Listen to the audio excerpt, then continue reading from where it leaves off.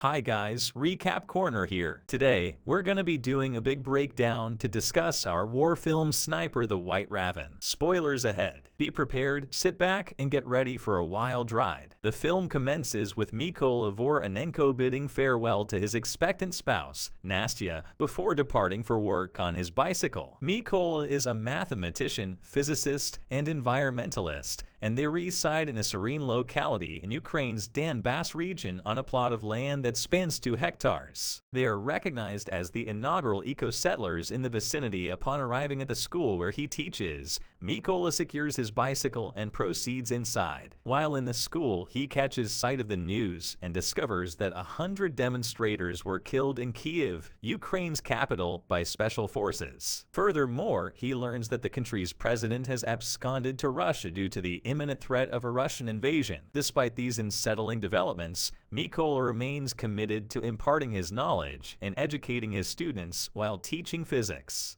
One of Mykola's students, named Ivan, shows no enthusiasm for learning and instead takes every opportunity to provoke the teacher. Following the class, Ivan confronts Mykola and demands that he leave, citing that he is a foreigner in the area. During another typical bike ride to work, Mykola encounters armed individuals near his property but does not pay much attention to them and continues onto his workplace as usual. As usual, he parks his bike and gets inside the school. He is surprised that the place is empty and he's the only teacher there. He can see from the news that chaos is taking place all over as Russian forces continue to invade the neighboring areas. He immediately grabs his bike and goes back home. His wife is alone, and the thought of the armed men he sorely bothers him. He is not wrong. From a distance, he can see his wife being beaten. He goes to help but ends up getting hit with the back of a gun. He begs that they don't hurt her as she's pregnant, but they refuse to listen. A Russian soldier enters their home and sets it on fire. As the 2 Russian soldiers prepare to depart, Nastya seizes a stone to defend herself, but she is shot and killed in front of Mykola. Shortly thereafter, 2 Ukrainian militia members arrive to assist Mykola in digging a grave for his deceased wife. As they work, Mykola returns to their charred home and manages to salvage the wooden crucifix that his wife had crafted for him. Mykola mournfully lays his wife to rest before joining the Ukrainian militia,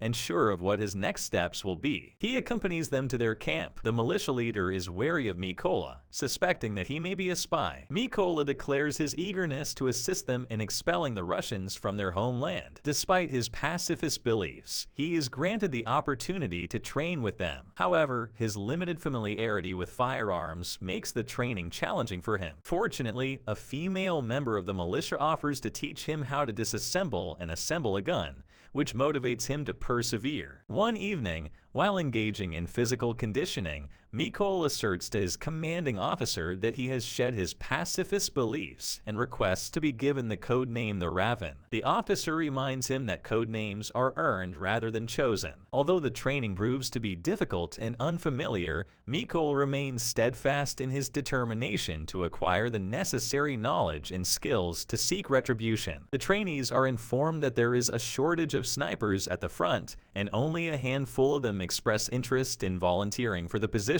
Mykola stands up and declares his eagerness to accept the challenge. Despite Mykola's enthusiasm, the officer initially rejects his request due to his inability to disassemble and reassemble a gun quickly. Mykola pleads for a chance to demonstrate his proficiency and confidently states that he can complete the task in 20 seconds. The officer places an AK-47 on the table, and to everyone's amazement, Mykola blindfolds himself and deftly disassembles and reassembles the gun within a mere 18 seconds. Rather than mockery, Mykola receives a round of applause, and the officer agrees to train him as a sniper. During his training, Mykola is shocked to discover that he has been given a different gun from the rest of the trainees. Feeling that it is unjust to be given an inferior weapon, he insists on being issued an SVD-63, the same semi-automatic designated marksman rifle that his fellow trainees have. This request does not go over well with the trainers in charge. Mykola has no other option but to make the most of what he has. The trainers instruct the trainees to remain invisible no matter what. As part of the test, the trainers shoot just a few inches from the trainees. If they react, they will fail the test. test. Many trainees fail this test, but Mikola remains in phase despite the loud noise and the danger involved in the training. In another test, the trainees' scopes are covered once they have sighted their targets. Mikola misses his shot. Although he is aware that he does not have the best weapon, he remains determined to improve his skills. Mikola doesn't make excuses for his lack of the same weapon as the other trainees, nor does he use it as an excuse for missing a shot during training. Instead, he impresses his superiors with his mathematics skills and is able to pass the sniper's training. He is then selected to join a team tasked with retaking a checkpoint captured by the Russians.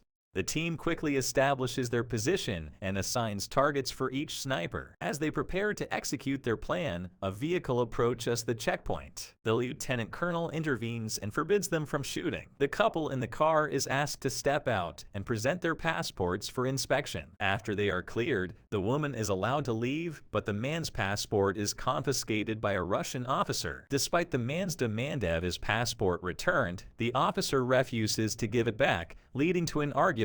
In the heat of the moment, the officer slaps the woman and the man is shot with a gun. After receiving the go signal from the lieutenant colonel, the team successfully eliminates all the Russians. The lieutenant colonel commends their successful mission. Upon returning to their command post, Mikola searches for his fellow trainees, but is informed that they are on a separate mission. Later, he discovers that one of them has been brutally killed by a sniper. One day, during another mission, the team prepares explosives and conceals the trigger with a leaf. As the Russians approach, Mikola is shocked to see his former student Ivan among them, the same student who used to antagonize him. The explosives are triggered, and all the Russians, including Ivan, are killed. Mikola is consoled by the lieutenant colonel, who tells him not to feel guilty about Ivan's death since Ivan made his own choices. During a break in their mission, the lieutenant colonel shows Mikola a photo of his family, but explains that he keeps the nature of his job a secret from them, telling them he is on a business trip instead. Mikola shows the officer a crucifix he wears, explaining that it symbolizes family to him. As Ukrainian forces secure the trenches by the border, the snipers take their positions and wait for the Russian forces to pass by. As the Russians continue to prepare for an invasion,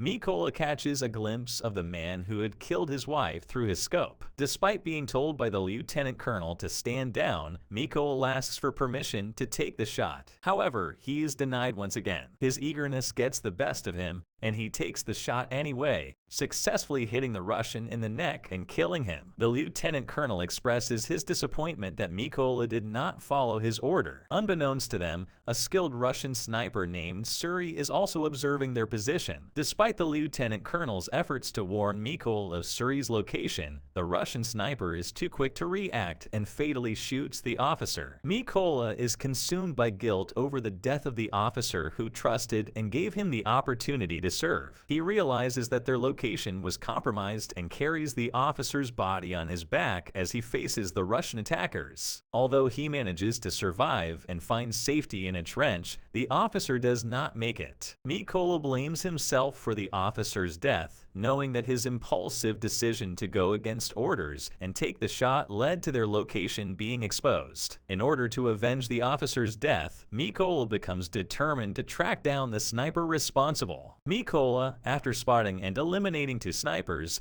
takes a moment to rest when he receives a call from the brigadier general. The general informs him about the Russian sniper but cannot give the details over the phone. Instead, he arranges a meeting to brief Mikola in person. Eager to gather more information, Mikola packs his gear and sets off to meet the general, hoping to learn more about the Russian sniper. The brigadier general briefs Mikola and his team about the Russian sniper's deadly skills. He has already taken out 5 of their snipers and 3 machine gunners, making him a formidable opponent. They have an idea of his preferred location based on his previous skills, and it's believed that he doesn't change his position. One Ukrainian soldier proposed covering the area with mines as a way to eliminate the Russian sniper, but the officer in charge was against the idea. Instead, he asked Mikola to explain why they couldn't do that, as he is familiar with the area. Mikola pointed out that there's chlorine storage in the sniper's location, and using explosives to kill him could result in environmental damage. After hearing this, the officer assigns each sniper with their own mission. The officer officer makes it known that once the other targets are taken care of, Mykola is to ascend the building to eliminate the Russian sniper. After that, they are let go. All snipers are ready to fire. Mykola successfully reaches his assigned position after crawling towards the target area. He manages to sneak up behind two Russian soldiers and swiftly eliminates them both. One of the soldiers he kills was the same person who previously visited his place. As the other snipers take out their targets simultaneously, Suri becomes suspicious of the silence and absence of his lookouts. He leaves his position to investigate, and another Russian sniper follows suit. However, they are unaware that Mykola is creeping up on them and biding his time for the opportune moment to strike and eliminate them both. Suri inspects one of the snipers stationed outside and is taken aback to discover the sniper has been killed. He calls for reinforcement and is told to wait for 10 minutes for the team to arrive. He resumes his watch and spots a wooden crucifix nearby. Mykola then surprises him by leaping onto his back and stabbing him in the neck. The other sniper returns to his post and is immediately met with a grenade detonation,